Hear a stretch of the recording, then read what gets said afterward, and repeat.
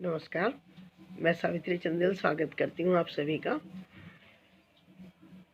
कार्तिक माह त्योहारों का माह है। कोई ना कोई त्योहार प्रतिदिन होता ही है। आप देखते ही हैं कि दिवाली हो गई, भैया दूज हो गया, धनतेरस हो गई, गोवर्धन पूजा हो गई, उसके बाद में फिर गोपाल अष्टमी हो गई और अब आंवला नवमी आ गई। क्योंकि ये पूरा महीना ही बहुत पावन पवित्र, जप तप स्नान दान सब के लिए विशेष है। तो अब आंवला नवमी की बात करते हैं। आज आंवला नवमी है कि नवमी पर, जैसा कि नाम से ही पता लग रहा है, आंवले की पूजा की जाती है। स्त्रियां सवेरे नहा धो करके और आंवले के पेड़ के नीचे जाती हैं और वहाँ पर कच्चे सूत से परिक्रमा करते हुए लपेटती हैं उस पर, और उसी के नीचे बैठ करके कथा भी कहती हैं, भोजन भी करती हैं। तो बहुत तरह की पौराणिक और पारंपरिक कथाएं भी इस संबंध में हैं। तो ये माना जाता है कि ये व्रत अपने संतान के लिए, संतान की सुख सुविधा के लिए भी किया जाता है, घर की सुख शांति के लिए किया जाता है, और विष्णु लक्ष्मी जी शिव जी का विशेष आशीर्वाद इस दिन मिलता है। तो जो सबसे पहले पूजा की गई थी वो आंवले के पेड़ के नीचे ही बैठ करके खाना बनाया गया था और वहाँ पर साधुओं को खिलाया गया था। तो आज भी कहीं कहीं पर ऐसी परंपरा है, लेकिन सूत लपेटना, परिक्रमा करना, वहाँ बैठ के कथा कहना, आंवले के पेड़ को दूध से सींचना, दीपक जला के पूजा करना, ये तो सभी जगह अभी चलता है, आपको मालूम है। तो एक कथा और शेयर करती हूँ मैं इस वीडियो में। एक कथा हमने पहले कही थी। इसमें एक वैश्य था गांव में, तो उनके संतान नहीं थी। तो उसकी पत्नी को किसी ने बता दिया कि अगर तुम किसी बच्चे की बलि दे दोगी तो तुम्हें पुत्र की प्राप्ति हो जाएगी।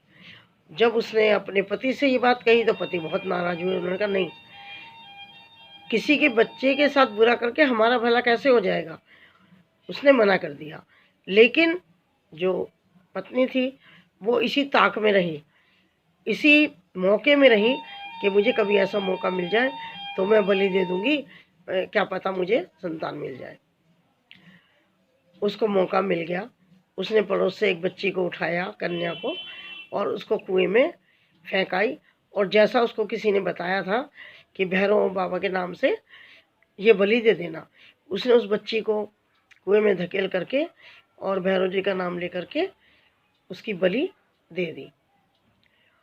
अब घर आने के बाद धीरे धीरे जो कन्या की आत्मा थी, प्रेत आत्मा थी, वो आकर उसको सताने लगी, उसको परेशान करने लगी। अब उसको कोढ़ हो गया। अब जब कोढ़ हो गया और कहीं पंडित से सबसे पूछा गया तो उन्होंने बताया कि जो पाप इसने किया है उसके कारण ही ये सब हुआ है। तो उसके पति ने भी उसको बहुत गुस्सा किया कि गोवध, कन्यावध या किसी का भी वध, हत्या, इससे छुटकारा नहीं होता। अब तो गंगा के किनारे जाओ, वहाँ पूजा करो, तप करो, प्रायश्चित करो, हो सकता है भगवान तुम्हें क्षमा कर दे। तो वो वहाँ गंगा तट पर जा कर के, कोढ़ तो था ही शरीर पे, पूजा पाठ करती रही। एक दिन भगवान को उस पर दया आ गई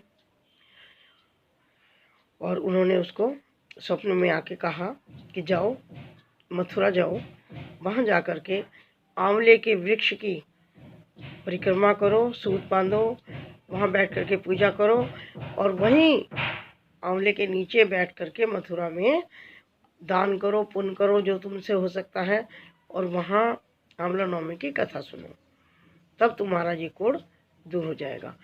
तो वो फिर मथुरा आ जाती है और वहाँ जैसे जैसे उसको बताया था आंवले के पेड़ की पूजा करती है, वहाँ बैठ करके कुछ लोगों को भोजन कराती है और कथा कहती है और अपना प्रायश्चित करती है, भगवान से क्षमा मांगती है।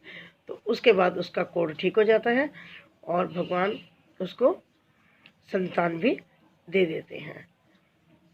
जैसे उस परिवार को सुखी किया, सबका करना।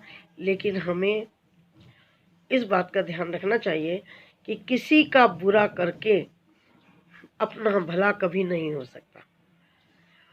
हमारा भला तभी होगा तब हम दूसरे का भला करेंगे। जब हम दूसरे का भला करते हैं ऊपर वाला हमारी भलाई में लग जाता है। धन्यवाद।